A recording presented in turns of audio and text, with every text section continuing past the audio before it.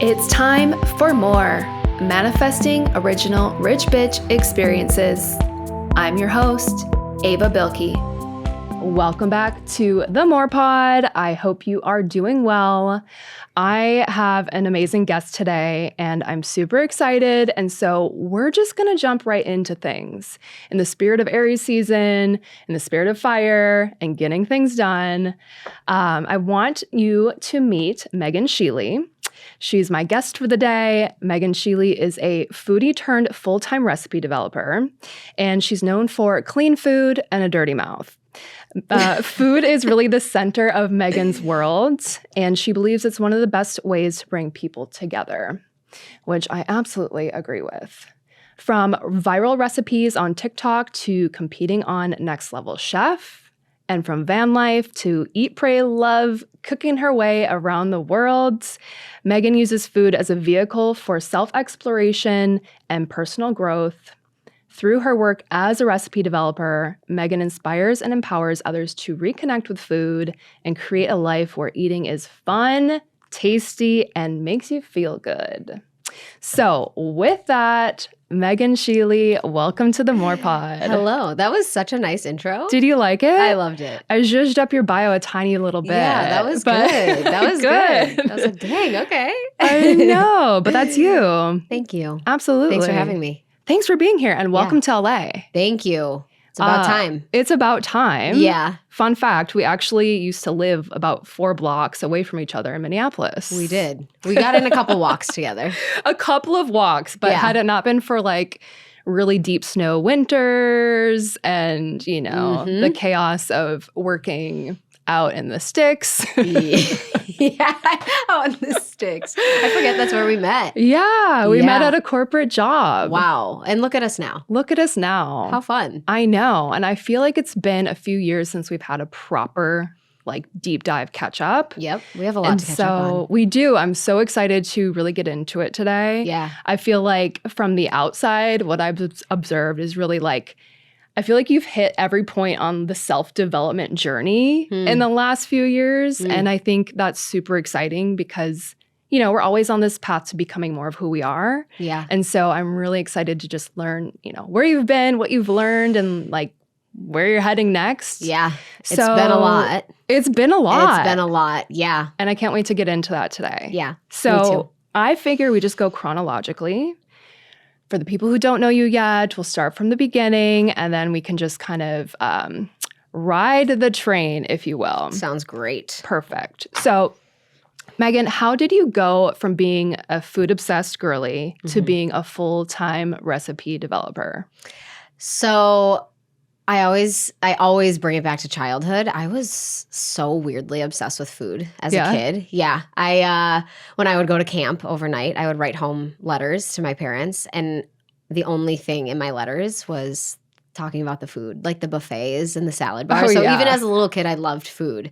But, you know, I did the same thing that everyone does out of college. You go and you get the corporate job. And I think after doing that for like 6-7 years, I realized it wasn't doing anything for my heart and my soul, pretty much, you know. So my job was acquired by a company, and we all got laid off. And I moved to Thailand for a year. Okay. And that's when I did a lot of soul searching of like, what do I want to do to feel fulfilled? So I went back to school for nutrition because I've always loved food. I've loved anatomy. And I started sharing my, like the things that I was learning in school in nutrition and my better for you recipes that I was cooking at home. And I was just sharing to like 300 people, like my close friends and family. And then the recipes just kind of took off. Yeah. Like, you know how social media works. It's just like it takes a couple videos and it can change things overnight. Yeah. So that's kind of what happened. And that's what I realized, like my passion was being in the kitchen and cooking. Yeah. Yeah.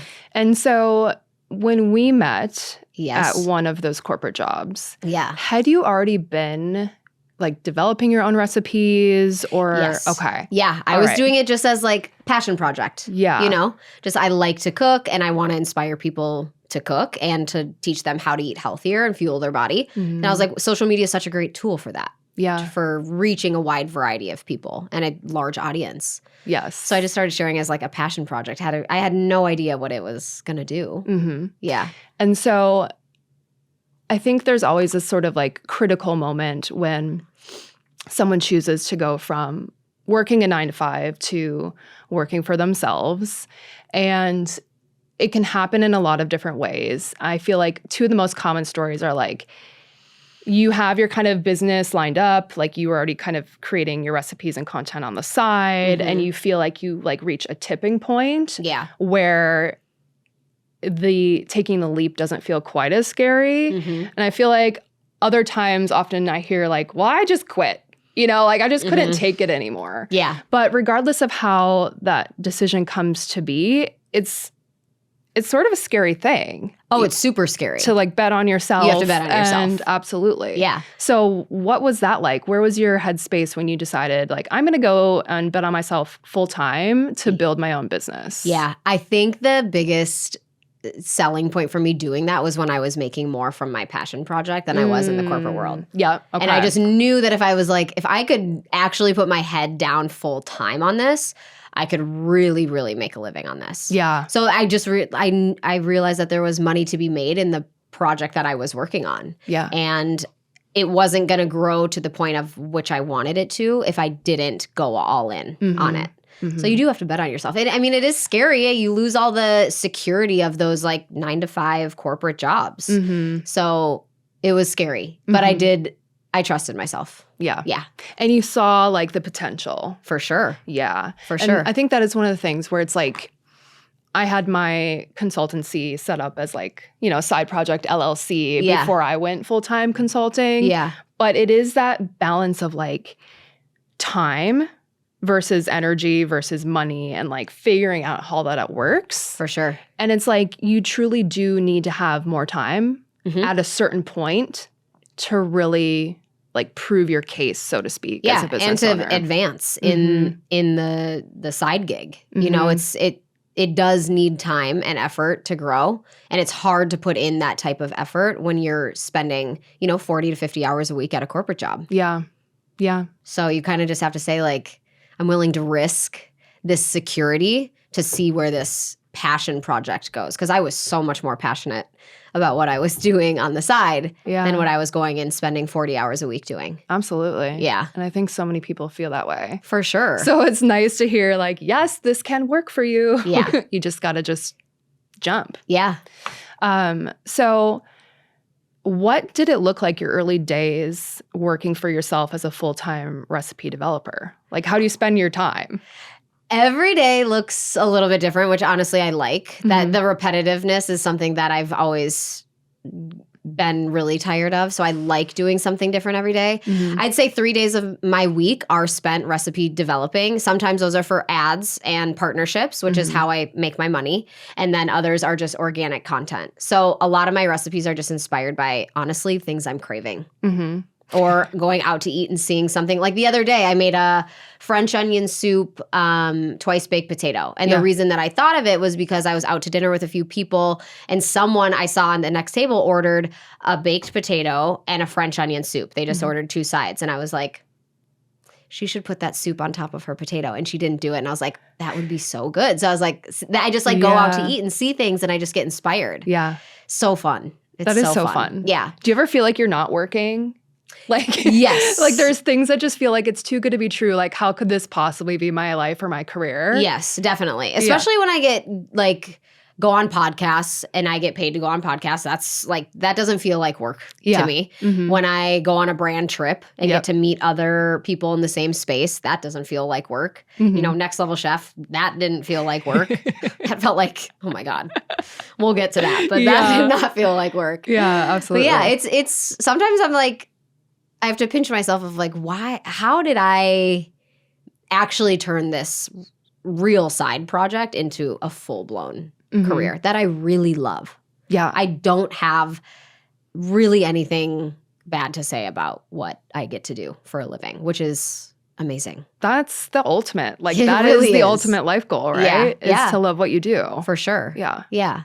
I think a lot of people wonder like, oh, now that, cooking was your passion, I think people fear that your passion, once it becomes your work, is no longer going to be enjoyable. For me, I haven't hit that yet, and I'm really hoping I don't hit that. It's hard to when I'm so passionate about it, but now I make money on it. So it's almost even more enjoyable. You know what I mean? I'm like, yes. This was cool before, but now it's even cooler. I love that that's like the direction it's veering for you, because personally, sometimes I'm like, once I monetize something, it's no longer fun. Really? Yeah. Okay. Where I'm like, oh no. I think that's common. I've turned another passion into a business. Yes. Like, what now? Yeah. What's your hobby? Oh, you don't have one. You just have lots of jobs. You have a lot of work. Yeah, exactly. But it's nice to hear that it's going the other direction for you. Yeah. So far. Yeah. Well, we'll keep it that way. Yeah. Yeah, absolutely. Okay. So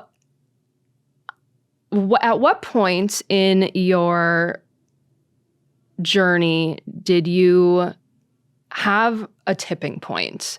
I know that you had some success on social. Mm-hmm. The lasagna soup recipe. That was my tipping point in being able to go full time into content creation.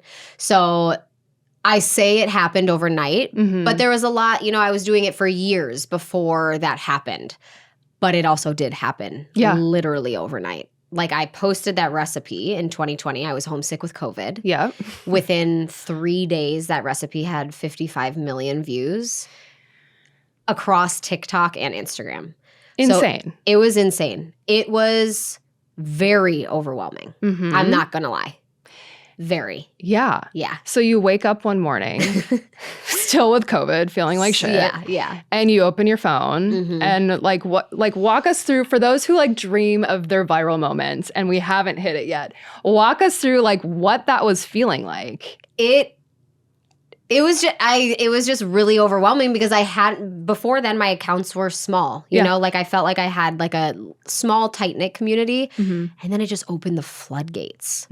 So I had people commenting and sharing and liking, and my followers I think grew from 15,000 followers to 74,000 followers within 2 days. So it was like way too much. And honestly, like, people on the internet are mean. I hadn't been exposed to trolls at that point. So it was overwhelming because I was like, whoa, I miss my kind, tight-knit community that I had. Yeah. So that was another adjustment. But I mean, it changed. I call it my life-changing lasagna soup. Yeah. After that, I mean, I had celebrities making that soup. Michael B. Jordan made that soup. Wow. It was crazy. How did you learn about that? Somebody sent it to me. Okay. But at that point, it had gone so viral that, when something is being created all over the internet, it's hard to find the original creator. Absolutely. Because everyone's making it. So a lot of a lot of people from Bachelorette Nation were making it, but, they don't know where it came from. But the Michael B. Jordan one was like, that's cool. That's something. Yeah. So me and Michael B. Jordan were making your lasagna soup. Yes, you guys probably had the same meal on the same night. Yeah. That's cool. And it was delicious, I have to say. It is really good. Yeah, I was just homesick and I was like, I'm craving soup, but I also like really want lasagna. And then I was like, we're going to combine them. I feel like this is a theme. You're like, what 2 things do I really want that I can eat at the same time? Yeah, it's like the fusion. Potato and the French onion soup. Yes. The lasagna and the soup. It's craving fusions. Perfect. Yes. I love that. Yeah. So I think the stats that I grabbed from your site, correct me if I'm wrong, on the lasagna soup, 35 million views. On Instagram. Yeah. 1 million likes. Yeah. Okay. And 575,000 shares. Yeah. So as someone who works in social media, for me, the craziest bit is the shares. The shares, I know. Because 575,000 people shared your recipe with somebody. I know. That's significant. I know. It's a lot. It's a lot. My dad was saying something. He was like, 55 million people? He's like, do you know how many people are in the United States? He's like, that's like a good fraction of the U.S. making your recipe. I was like, you're right. That's pretty cool. Yeah. But yeah, it really changed my life like overnight. I had management teams reaching out to me to sign me and, represent me, which is how you can grow your career in social media. So it took me a while to want to sign with a management team because I was like, I'm still managing on my own. Yeah. But it was just, it was crazy. It allowed me to take it full time. Wow. Yeah. So, well, I think it's nice to hear stories like yours because a lot of times it's like there's no there's no format for going viral. Mm-hmm. There's no strategy that can like hit off the way that did. Right. And as someone who's worked in the industry for a very long time, a lot of people don't understand that. They'll come to me and be like, hey, like, I want you to make this go viral. And it is just this perfect storm of conditions. Totally. It could be, you know, timing, like what's going on in the world, what everyone's doing, like just algorithmic flukes, you know. Yeah, you really don't have control. You have no idea what's going to take off or what's going to flop. Like sometimes I'll make a recipe, I'm like, this is going to hit. Yeah. It doesn't. I find that usually it's when you try really hard, it doesn't work out. No. If you just wing it, it's great. I know. It's annoying. Yeah. But you kind of have to release that control because I will say the one downside of having your job be in social media is you really don't have control over how things perform. Mm-hmm. So it kind of feels like you're working a job that you don't have control over your performance review. Yeah. Because a lot of times I have to submit metrics to brands that I'm working with. Mm-hmm. And I'm just like, I'm so sorry. Like this didn't perform well, but I did what I normally do and it just didn't perform. Yeah. So that I will say is the most frustrating part is the algorithm. Yeah. You're always like at war with it. And you can't hack it. Mm-hmm. You know? You can't hack it. No. It is largely out of your control. Yeah. But I think, you know, the thing that's really great is to see that like with time and consistency and continuation. Yeah. Like, you know, I think when you play the long game in anything. Yeah. I've seen so much lately about, you know, music artists and their 10-year overnight success. Yeah. You know, it's like some new artist pops up and you're like, oh my God, who's this new person? Well, they've been working at it 10 years. Yeah. Yeah. And I think that's just so true in a lot of verticals. But I'm happy that it happened for you. Yeah. Yeah. Yeah. And like I said earlier, it was overnight, but it also wasn't. Like I had been working on the passion project for, 5 years at that point. Exactly. So yeah, it's interesting. Yeah.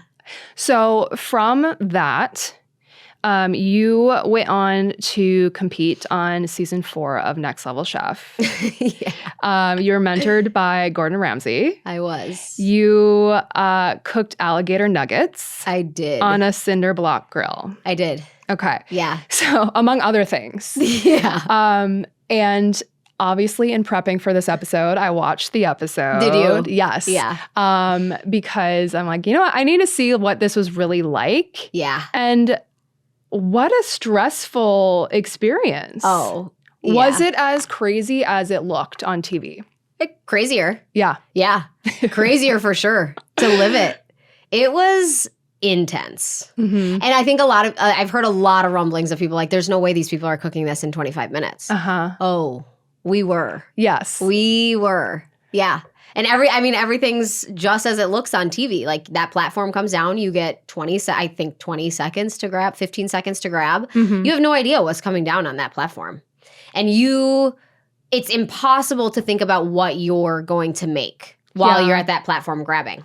So you're just grabbing things that you recognize, that you know how to cook, that you know are the flavors of the challenge. Because sometimes it was like we had an Italian challenge and this challenge that you saw with the gator it was barbecue. Yeah. So I was like, think barbecue. I grabbed potatoes, I grabbed corn, I grabbed gator.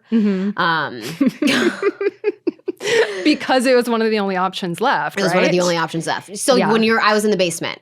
Okay. So eich kitchen has a different feel to it. The basement kitchen is the worst. So the kitchens are meant to represent Gordon Ramsay's, like his advancing in his careers, how he started from the bottom and worked his way up to these like state-of-the-art chef's kitchens. So the top kitchen is gorgeous. It has everything you need, state-of-the-art. It's beautiful. Middle kitchen's like a good home kitchen. Everything you need, but just like a little less than the top. And then the basement kitchen is everything's broken. Or non-existent. The whisks are bent. The bowls have holes in them. The stoves are, like you have to light them. It was insane. And then you get the worst of the worst ingredients. You get the last of the pickins. Oh my God. I can't even imagine. Yeah. Like I get grossed out by touching like raw chicken. I don't want to touch gator. Yeah, it was a little reptilian. Gordon said it was like a stringy chicken is how he described it to me because Yeah. at that point I hadn't tried it. So I had to try it. Did you? Yeah, I did. Because I didn't want to, I had to serve it. So I was like, I need to make sure this tastes good. Do you try it before you serve it or after you serve it? I tried it before. Okay, Yeah, smart. yeah. Because you got to taste for the seasonings. And I have important people trying this food. So I was like, this has to taste good. So yeah, he was like, it's sort of like a stringy chicken. And I was like, that sounds disgusting. I'm not going to lie. Wow. It wasn't bad. It wasn't bad. Well, it was well received. Yeah. Richard Blaze said it was a little dry, and he's a Florida guy, so he's used to cooking gator. But I was only worried about Gordon. He said it was great. And then you're like, okay, I like, passed good. the assignment. Yeah, exactly. Did you receive much mentorship from him, like outside of filming, or how did that work? No, we really didn't see him outside of filming, but we had more time with him in filming than the shows, because they're cropping it and cutting it. But got it. He was honestly amazing. Really? Everyone is like, is he a dick? I'm like, not at all. Especially it helps that he was our mentor in the kitchen. I was on his team. He wanted us to perform well. So he's not going to be yelling at us and calling us idiot sandwiches and whatever he does. You know what I mean? So he was very amazing in the kitchen, like really cool to work with. That's good to hear. Yeah. And it seems like he's kind of softened up over the course of his career. I think his kids helped. That would make sense. Yeah. Yeah. Yeah. Thank you. Yeah. He has 6 kids or something. He has 2 little ones. So I think Okay. having the little kids at home helps keep him a little softer. Yeah. Yeah. Well, that's good news for you. Yeah. What would you say you really took away from that experience? I think on the plus side, I do not get nervous for anything. Ooh, that's like, good. Genuinely, it's hard for me to get nervous now because I don't think anything will top that adrenaline. Mm-hmm. It was like nothing I'd ever experienced before. So when I get, gigs to be on camera or go on the news or something, it just feels like I can do this. Yeah. I have already done probably the scariest thing that I will ever do in my career. Maybe not, but like at this point, it definitely was the scariest thing I've done for sure. So it's definitely built confidence of just like, no, I got this. Yeah, absolutely. Yeah. And then do you feel like it's helped you in your career, like after leaving the show? Like, do you feel like it's been a resume builder? Definitely a resume builder. Yeah. For sure. I think the best thing I took away from that show is the connections Okay. with the castmates. Yeah. I've made, lifelong friends. And not only that, I have a network of 25 amazing chefs, social media chefs, home chefs, and professional chefs to bounce ideas off of or to collaborate with or to chat, social media stuff. Like the friends that I made from that group was priceless. It was the best thing that came from that show. Amazing. Yeah. Oh, that's so nice too, because it's like you are all in that same field. Yeah. So it almost like builds your business sort of network Totally. overnight. Yeah.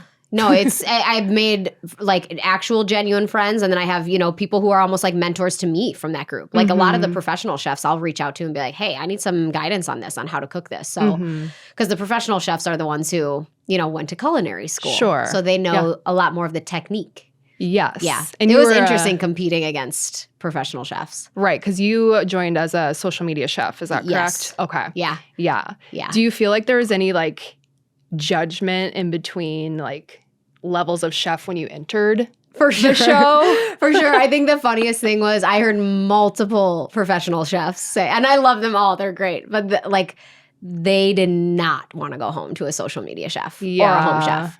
They have more, I don't mean it in a negative way, but just more ego around cooking because they went to school for it. They studied it. They do it as a professional career. So they looked at the social media chefs and home chefs like, I am not going home to one of you guys. Yeah. It was funny. Oh, Yeah. I can imagine because I've studied for things and I'm like, I spent all this time getting these credentials and like For sure. and that's that. But For also sure. on the flip side, I also agree that like you don't have to have a certain schooling or training to develop a talent or skill set. Not at this So day it's and age. very interesting to have both of those coexisting together. For sure. Yeah. You can learn anything on YouTube. Oh yeah.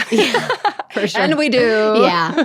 No, it was really interesting to see the difference, like in the strengths of the different teams. Like the professional chefs, they're used to the pressure a bit more of that, like adrenaline and having somebody over your shoulder and the fast-paced environment. Social media chefs and home chefs are just at home cooking with their camera and they're, slowing it down. They have a glass of wine, listening to music. Social media chefs' upper hand was we're used to being in front of the camera. Yeah. So a lot of the professional chefs, that was new for them. Sure. So everyone had their strength. That makes sense. Yeah. I didn't think about it like that. Yeah. But absolutely. You'd all have different aspects of being on a cooking TV show that were harder or easier for you. Yeah, exactly. Very cool. Yeah. So I know that ultimately you chose to leave the show. I did. So you passed the cooking challenges, but at one point decided to leave. Yeah. For mental health. Physical health purposes. I know I had read afterwards that you had chatted with the Star Tribune about ultimately, feeling physically okay now, but sort of dealing with the mental side of the departure and, in opting yourself out of something early, you're making this choice for your health. But it's hard not to wonder, like, well, what could have happened? Like, how far could I have taken this? Yeah. Walk me through that experience. And I also want to know, how you're feeling about it today. Yeah. So what happened basically was I have an autoimmune disease. Okay. And the really unfortunate side of autoimmune diseases is that the number one trigger is stress. And a lot of stress is obviously coming from outside. Like it's not in your control. You can do what you can to manage and control the stress, but my body, that was straight adrenaline for 3 weeks. Yeah. So my body was like, is this woman being chased by a bear? So your body thinks something. Even though I wasn't unsafe, my body thought I was unsafe. I had a horrible autoimmune flare-up, and I could not leave my hotel room, and I had to pull out of the competition. And I remember calling the wellness team, is like the people who took care of the contestants. I called one of them down to my room, and I was just beside myself in tears. And I was like, I can't go on to set tomorrow. I'm so sick. And I had to pull out. And unfortunately, I didn't get to say goodbye to Gordon and like thank him, but they allowed me to write him a letter. So I explained what was happening, and he announced my departure on the TV show. And it was really hard for me. Yeah. Really hard. I did not step into a kitchen for like 3 months when I came home. Sure. Yeah, it made me question my entire career, because I hit this high in my career and my body failed me. And I wasn't able to see where it was going to go. I was performing well. I made it through every challenge, and the dishes that I made, the judges liked. So I did deal a lot with what could have been and how far would I have gone. Did I think I was going to win? No, I wasn't there to win. I was there to have fun. But I do think I would have been there longer than I was. Absolutely. So it was, I dealt with a lot of stuff mentally afterwards. And that was hard. Absolutely. It was really hard. It's such an unsettling feeling to, I think a lot of us who are lucky enough live like a handful of years, or a lot of our lives, like not even thinking about our health until our bodies start to quote unquote fail us in some way. For sure. Right? Yeah. Like I think health is something that's taken for granted when you have a clean bill of health. Absolutely. You don't think twice about it. Absolutely. You just go about your day and, we're packing these days with all these things and, it is scary when you reach a point where you realize that without your physical and mental health, you really can't do anything else. Oh, yeah. When you don't have physical health, you don't have a lot. I remember being before I was diagnosed with my autoimmune disease, I was sick for about 3 years before doctors figured out. I was in and out of doctors. They could not figure out what was wrong. It affected every aspect of my life. It affected my friendships because I was so sick that I would have to sit out on social events. I'd have to stay home. It affected the relationship that I was in at the time because I was so sick. I didn't have energy to do anything. It affected my career because food directly affects my autoimmune disease, and I'm in a career with food. And it affected Next Level Chef, and that's when I got so hard on myself, like, is this not what I'm meant to be doing? Sure. So it affects a lot.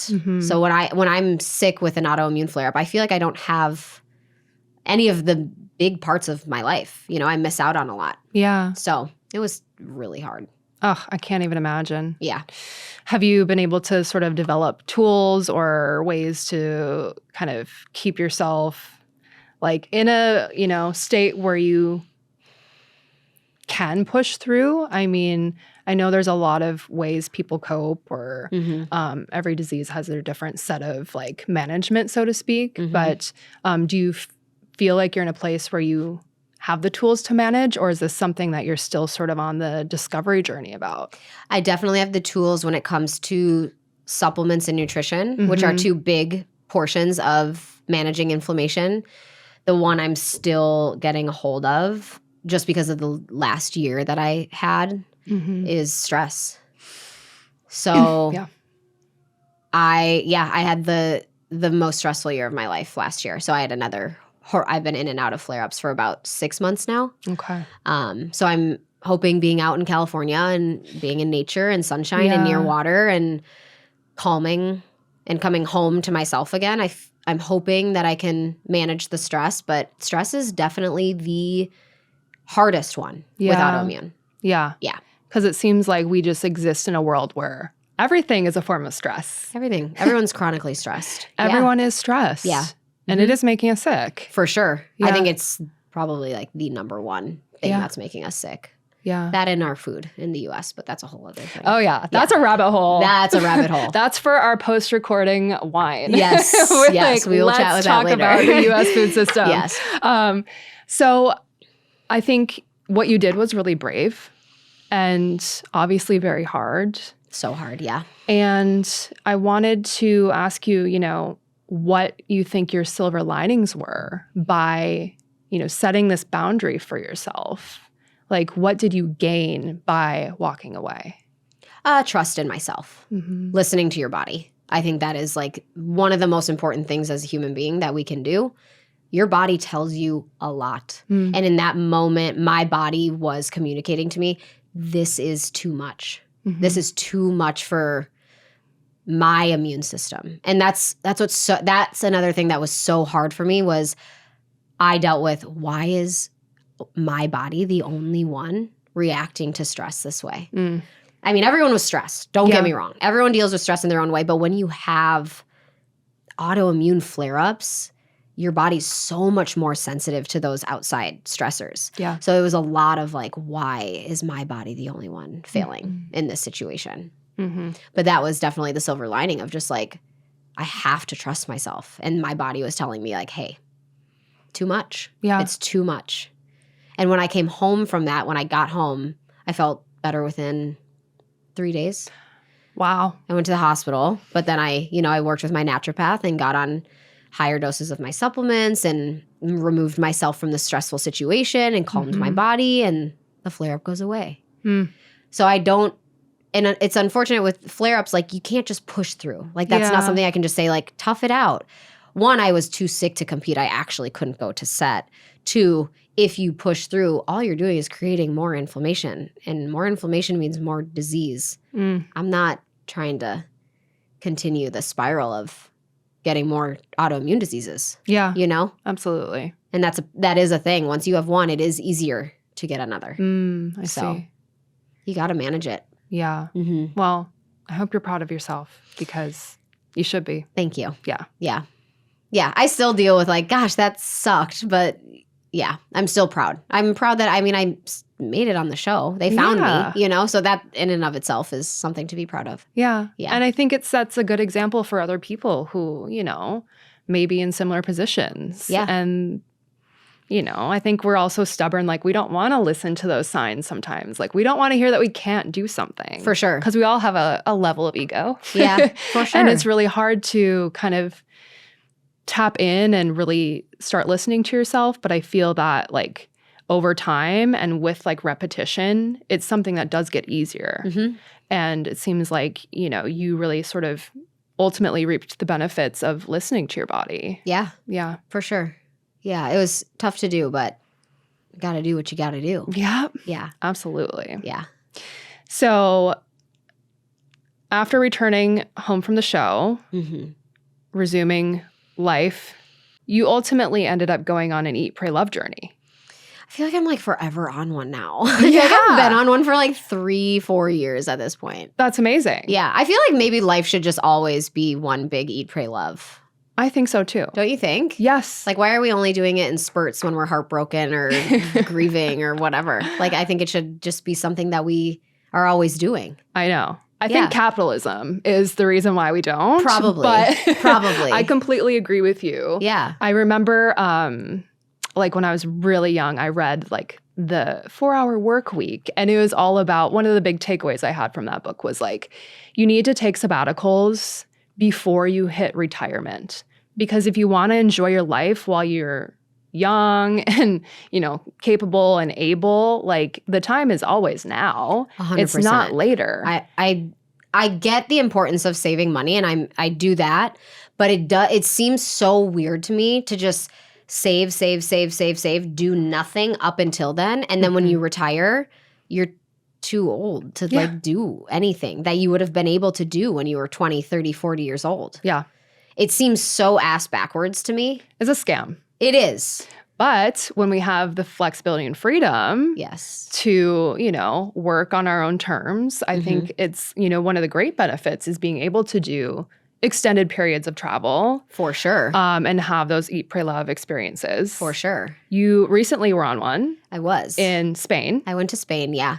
I want to hear all about it. Spain was lovely. Yeah. Yeah. So I based myself in Barcelona and kind of just bopped around from there. I just got an apartment for a month and a half. I was supposed to be there for 3 months, but came home because I had some work stuff pop up. And ultimately, I went there when I was in this weird transition of not knowing if I wanted to move to Los Angeles or New York. And my lease was up. And I was like, I just need to go somewhere and think for like 2 months before planting my feet somewhere. Yeah. And before I left for Spain, I had already made the decision of like, California. It's California for me. So I think by the time I got to Spain, I was like, I originally came here to like really think on what my next move was, but I already knew. So I still did the Eat, Pray, Love thing in my own way. But yeah, I didn't get the answer that I went there for because I already had it.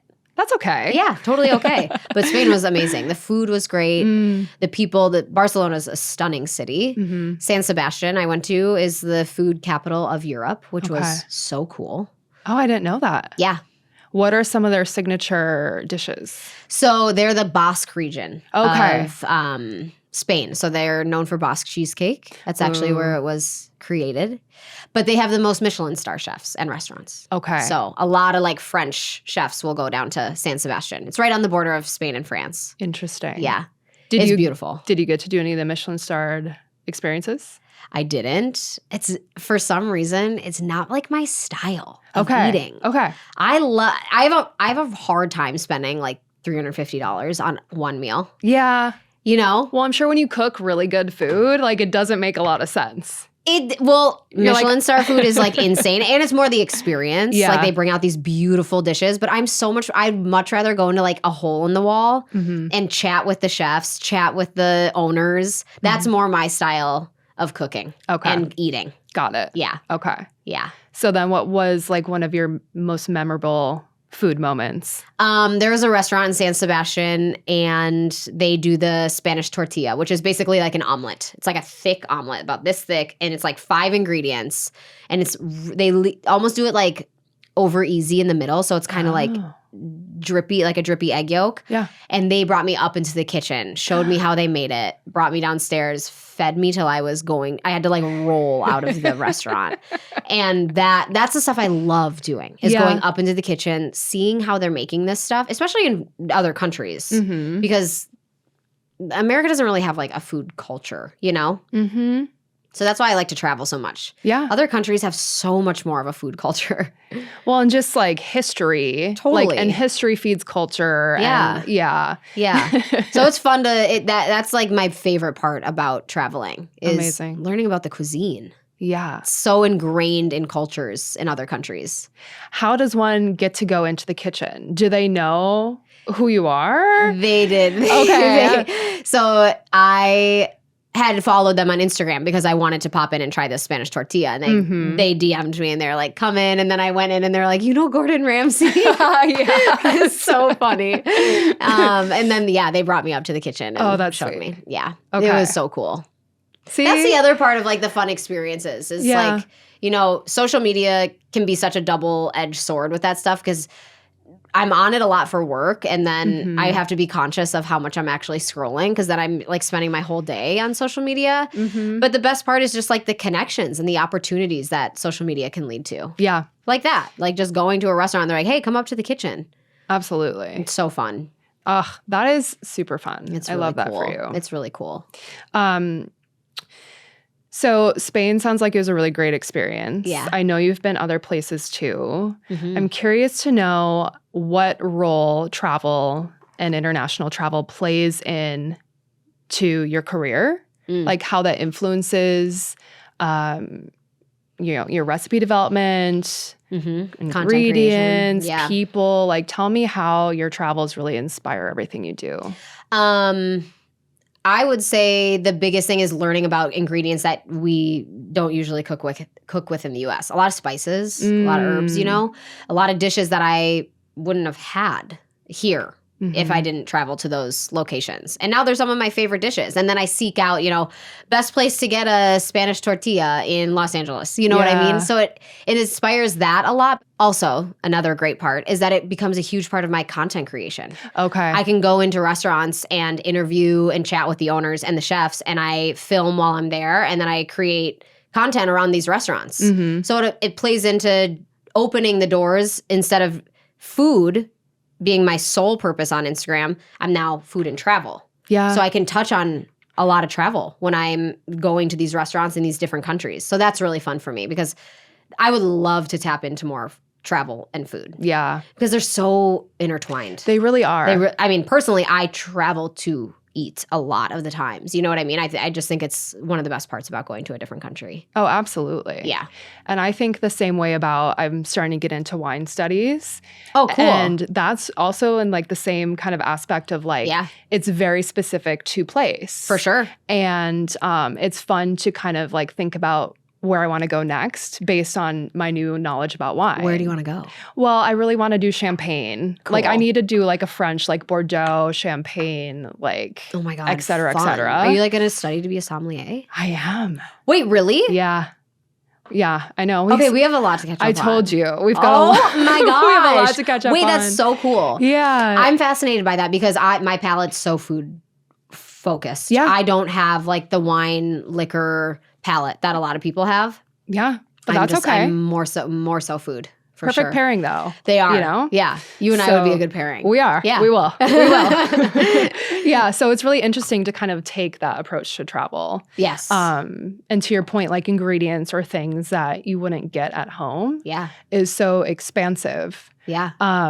What are like, do you have, I know for me, I always like dream about like specific experiences I've had. It's like not maybe necessarily a dish, but it's like the combination of like eating a dish at a specific restaurant where the vibe was, X, Y, and Z, and I was with a certain person. If you think about your travels, do you have like your top like 1, 2, or 3 just like all-time like food moments where you've just absolutely been like, life could not get any better than right now? Oh my gosh. I probably have a handful, honestly. There was quite a few when I lived in Thailand and traveling through Southeast Asia, which I personally think is one of the coolest regions of the world. Have you been? I've been to Bangkok and Chiang Mai. Okay. Yeah. Yeah. So I did Thailand, Vietnam, Bali, and Malaysia when I was over there. Wow. That region is so cool. And I had such great food experiences in both Thailand and Vietnam, I will say. And they're not anything over the top. They were like in someone's home, eating on their floor, on their like mini mats. And they made a home-cooked meal, a Vietnamese home-cooked meal. And I was surrounded by, some people that I had just met and some people that I had met years ago before when I went to Vietnam that I hadn't seen since they were like kids. Because I was a camp counselor in Vietnam in high school. Oh my gosh. So I saw like a lot of my campers. And we all met up for this dinner in this house in Vietnam. And I hadn't seen them since I was 16 years old and they were like 6. Wow. So that, though it's those kinds of experiences for me, it's more than emotional. Food for me is emotional. Yeah. I don't have like big memories of like going to like the nicest restaurant, the most expensive meal. Those don't do it for me as much as the hole in the walls, you know, eating authentic food, having conversations with the chefs and the owners, with the locals. That is much more my vibe. Yeah. Yeah. It sounds very Anthony Bourdain inspired. He's great. Yeah. Yeah. One of the best. I think that there's a lot of like travel cooking shows and I love his work. But I think, what he did well and what you're speaking to is like, it's not just the specific place. It's like it's the story of the woman who owns the place who's been cooking her family's recipes for 40 years. It's the emotional side. Yeah. Yeah. Absolutely. Food a lot of the time tells a story. It's a family recipe, or this is the dish that my grandma used to make me and she passed away and it makes me think of her. You know, food is it's a love language. Yeah. And meals are often shared with great people. So it's just, food is such an emotional thing. Yeah. Yeah. And you're an emotional person. I am. You're a sensitive soul. I'm so emotional. Yeah. Too emotional for my own good sometimes. No, it's it's those cancers. Nice. You know? It's nice. Yeah. I'm like, what's that like as an Aquarius? I'm like, I don't know. How can I cry, Megan? Oh my gosh. I'll teach you. Perfect. Okay. So you've had a lot of experiences with cooking, it seems, that have been like very restrictive. In terms of, being on a show, for example, with certain parameters, with like certain ingredients on a certain time clock. Yeah. And you've also had experiences that are very expansive, just plopping yourself across the world, having a month and a half in Spain to just sort of, eat your way around the city. Yeah. When we think about like that polarity of like contraction and expansion, obviously like food exists no matter what. There's always going to be food. There's always going to be recipes. People are always going to be cooking. Yeah. But I'm curious, like, what you've learned from experiencing both sides of that. I think the biggest thing is simplicity. Minimal ingredients. I think a good meal doesn't need to be complicated. And I think that's why a lot of the time people are intimidated by cooking. They think they have to go grab, 100 ingredients from a grocery store. But it's just like, some of the best meals I've had are like 5 ingredients or less, It just, I think you can make a great meal from very little. Yeah. And I can say that even from living in the van. Like all I had was a pan and a stove and a mini fridge and I, cooked great meals. Yeah. So it just doesn't need to be, I think people overcomplicate it. Yeah. And so you were living in the van, you were doing van life, right? Yeah. Like by choice, van life. By choice, yeah. Yeah. So you were cooking in small quarters. Yeah. Very. Very small quarters. Not only cooking, we were doing everything in small quarters. Sleeping, eating. Working. Yeah, working. Yeah, exactly. Going to the bathroom. Yeah. Everything. Okay. Yeah. So fewer ingredients seem to be the key there. Wholesome ingredients from the earth. Simple. Absolutely. A protein, a carb, a veggie, some herbs, some spices. Done. I like that. It just doesn't need to be complicated. Although the only thing I will say is season your chicken with more than salt and pepper. Okay. Some people are just like, oh, we just need salt and pepper. I'm like, we need more than that on chicken. What do we need more for on chicken? We just need seasoning. It needs to be well seasoned. Chili, cumin, paprika. Okay. Just give that thing some flavor. Got it. Yeah. Okay. I would say I'm more on the I lean towards like the meal prep style of cooking where I have maybe 2 or 3 meals that I make on repeat. On repeat, yeah. But I'm a little more I don't even think I have the chicken spices. So I've got salt, Megan. Really? I've got olive oil. I've got salt. Wow. Okay. So a good way to, if you don't want to buy a ton of spices, just grab some taco seasoning packets. Oh, okay. Those basically have everything in there. They have garlic, they have onion, they have paprika, cumin, chili, cayenne. Yeah. So just grab a couple of those and marinate your chicken breast in those. Got it. Yeah. A little olive oil, a little taco seasoning packet, done. Got it. Yeah. Yeah. So add flavor. Add flavor. Add flavor. Yes. Especially coming from the Midwest. Oh my gosh, food is so bland. Yeah. And I'm sure that would be something that, through the expansive end of the spectrum of having unique dishes, unique ingredients. Yeah. Like that was probably, I'm assuming, a key takeaway. For sure. Yeah. Yeah. I think, like I said, with travel, like I was just, you're exposed to so many things that you are, me personally, was not exposed to at home. My family was a salt and pepper household. Mm-hmm. Pepper is spicy. Pepper is spicy if you use a lot of it. Yeah, pepper is spicy in my house. Not to me, but like to my family, it was very spicy. Yeah. Yeah, ketchup was spicy. Gosh. Ranch, really spicy. Yeah, exactly. That's so funny. Yeah. What else, if you were to kind of like keeping cooking simple, sounds like easy, can do. Mm-hmm. What are a couple of other things you would recommend for the home cook who's just tired at the end of the day, who doesn't feel like cooking or is sick of their 3 dishes on repeat? Like, you know, how can we be approaching recipes, food, cooking to make it fun again and also maintain like that healthy fuel, nourish kind of forward approach? I think, honestly, like you said earlier, meal prep is a really good one. But I think when people think of meal prep, they think of, you know, that Tupperware with like chicken, rice, broccoli, which is great. Yeah. Honestly, like I've done that before when you just need to be dialed in for a while. I think a way to do the meal prepping, but keep it exciting, cook a couple different proteins. Cook a really good shredded seasoned chicken, cook a steak, have a couple sauces like a chimichurri and like a creamier sauce. Roast some like vegetable medley. Have like a seasoned quinoa with like cilantro and lime and salt. And then mix and match. Okay. You know, so that you're not eating the same thing every single day for every single meal, because that bothers a lot of people. I personally can do it. Okay.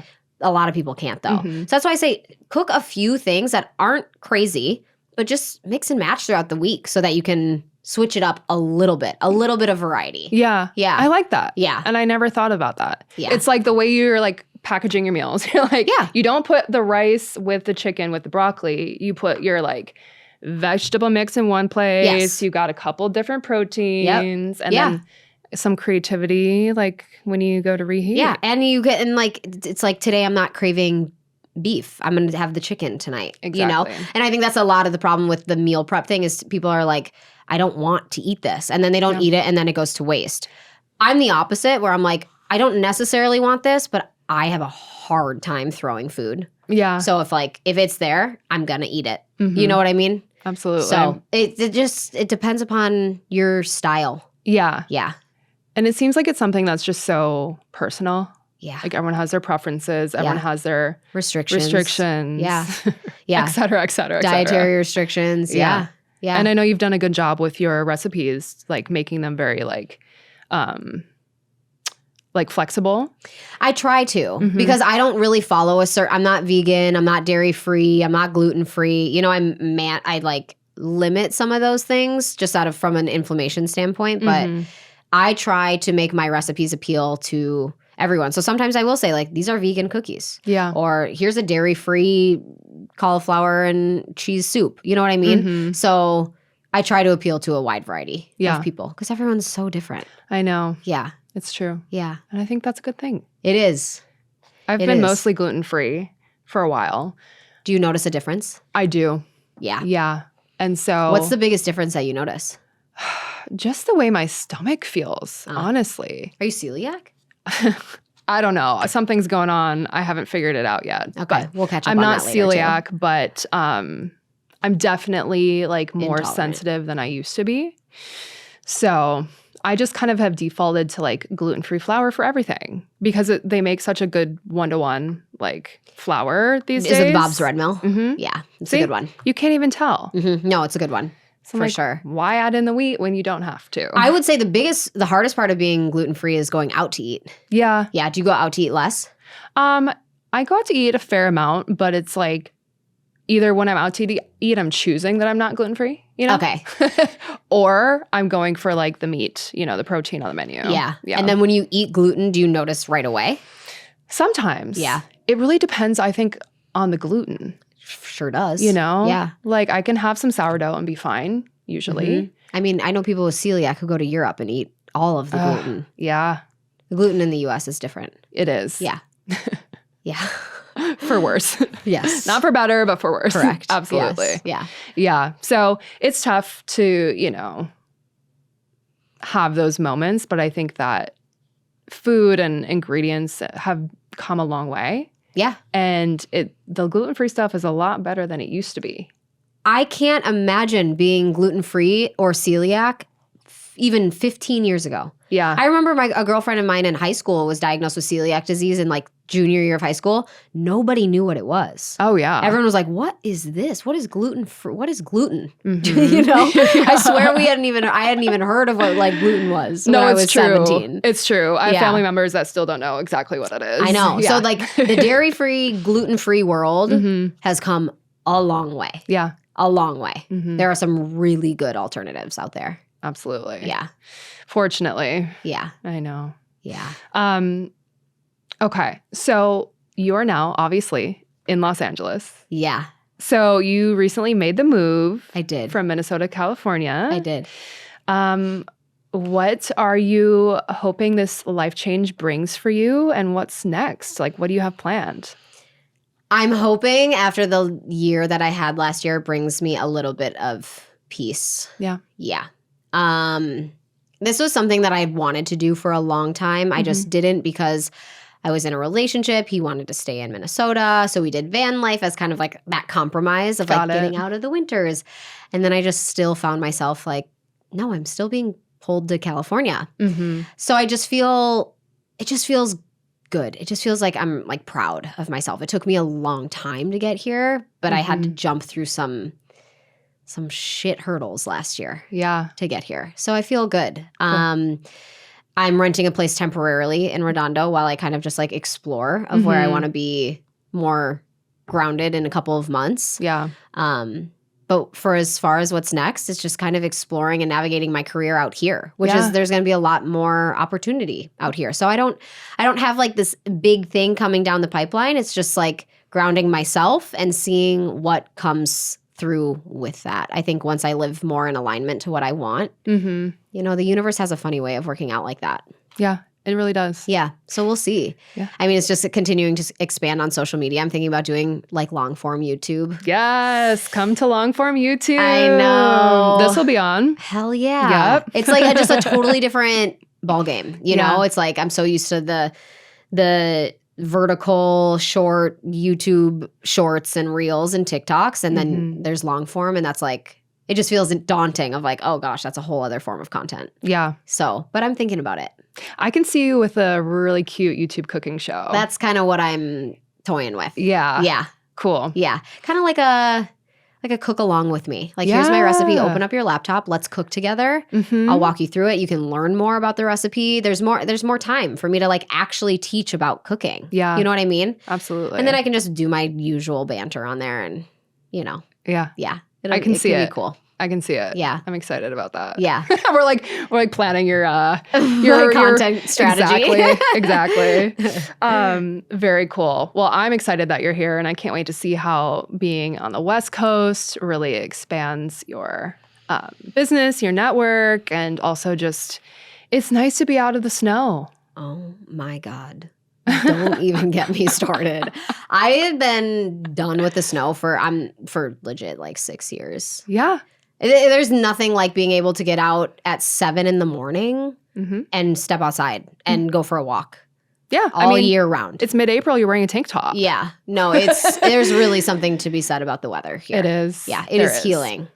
It is. It is healing. Yeah. The last time I scraped my car, I was like, I'm done. I am done living like this. I can't do this anymore. I also had a breaking point like that where it snowed a bunch. I was trying to park my car back in my garage, but since the snowbanks weren't plowed, I just slid right into the garage. I still have the marks on my car. Oh my gosh. But it's like that was when I was like, You're like, yeah, I'm done. There's got to be some other way. There has to be a better way. No, I know. And don't get me wrong, I love winter and a blizzard, but after Christmas time, Yes. I'm checked out. Yeah. I don't need another 4 months of that. No. Yeah. I do find it like kind of hard to track time here without. Because every day feels the same. Yeah. Like without 4 seasons, it's a bit interesting, but. We'll have to take a little fall trip somewhere. Yes. We should go get some fall colors. We'll need to see the leaves. Yeah. We should go do that. Absolutely. That'd be fun. That would be fun. Yeah. I wanted to ask you before we wrap things up. Obviously, you've been on quite the journey. You've had a lot of things, personally, professionally, kind of encourage your growth over these last few years. What would you say at the end of the day are some of the things that make you feel more you? In what way do you mean? I find that personally, like everything I sort of do from a self-growth perspective, like ultimately is bringing me closer to like alignment, you know? And we talked a little bit about that earlier where it's like coming into alignment with like the path you're supposed to be on or like the life you want to be living or like, you know, not denying those dreams that you had to like end up in California. Like what at the end of the day would you say really makes you feel more you and more aligned? I think pretty much exactly that is following what feels aligned from like deep within your soul. Yeah. Like that thought you can't stop thinking about of like, I want to do this. I want to do this. Do it. We are in control of our own lives. And I think people forget that of just like, we are in control of our destiny in a sense. You know, we can do, there are things that will happen to us that are out of our control. But like, I think I feel most like myself when I really honor what I want, even if in that moment it doesn't make sense. You know, like I've done a lot of things that I'm like, in this time right now, I don't know why I'm doing this and it doesn't make sense, but I am going to trust that down the road, it will make sense to me. Yeah. Hindsight is 2020. But I think even the last year for me, I was like, I don't know what I'm doing and I don't know why I'm doing half of this stuff. But I just need to trust the process. And when I lean into like really like I think I know why this is all happening, living in alignment is really what makes me feel. It just builds trust with yourself. Yeah. You know what I mean? And it makes you feel like more you. Yeah. Absolutely. Yeah. That self-trust. For sure. It's huge. And the only way to build that is continuing to follow that little voice that's like, we should do this. Because I don't really think that little voice is just nothing. I think those are your like, this is a whole other thing, a little witchy, but like your spirit guides. Absolutely. In a way. I don't think that voice in your head telling you, you should do this. Like, I think that's a higher power telling you which way to take. And you'd be smart to listen to it. For sure. Even though it's scary. Yeah. And when it doesn't make sense, to your point. Yeah. I mean, a lot of the times things don't make sense until they do. Yeah. You know what I mean? Like quitting my job, I was like, this doesn't make sense until it does. Yeah. Yeah. Exactly. Yeah. That's beautiful. Yeah. Self-trust, listening to those whispers. Yep. And just continuing to move forward and staying authentic also. Yeah. You know, doing things that are outside of that, go to college, get the job, get married, have kids, retire, die. Yes.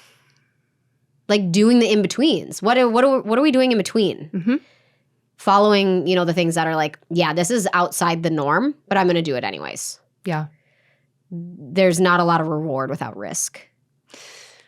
Yeah. You know? Eat, pray, loving. Eat, pray, love. Eat, for pray, the rest of my life, exactly. I think. Yeah. Put it on loop. Yep. Put it on repeat. Exactly. Very cool. Yeah. Before we wrap up today, I wanted to give you the opportunity to offer any final thoughts, words of wisdom, anything you have coming up that you want people to tune into, maybe a favorite recipe, whatever you want to leave us with today. I think the last thing I said was probably my biggest, like living authentically to yourself. Yep. And doing what feels aligned with your own soul and not doing what everybody else is doing. I don't really have anything huge coming down the pipeline. I have a couple podcasts coming out, which is really fun. Just going to be doing my normal stuff. Okay. Cooking. Perfect. I'm going to try to do more restaurant stuff here in LA though, because there's a big food scene. Oh, that would be super exciting. Yeah. We'll obviously link to your website, share all of your recipes, your socials in the show notes. Yeah. Megan, thank you so much for joining me here in the studio in LA. Thank you. It's been so fun to see your studio. Been so fun. I can't believe you're here. I know. And I'm really excited to have you in town. Thank you. Yeah. Let's get some wine. Absolutely. Let's do it. Listen to the More Pod every Wednesday as I share the things that make me more me and discover a thing or two to make you more you.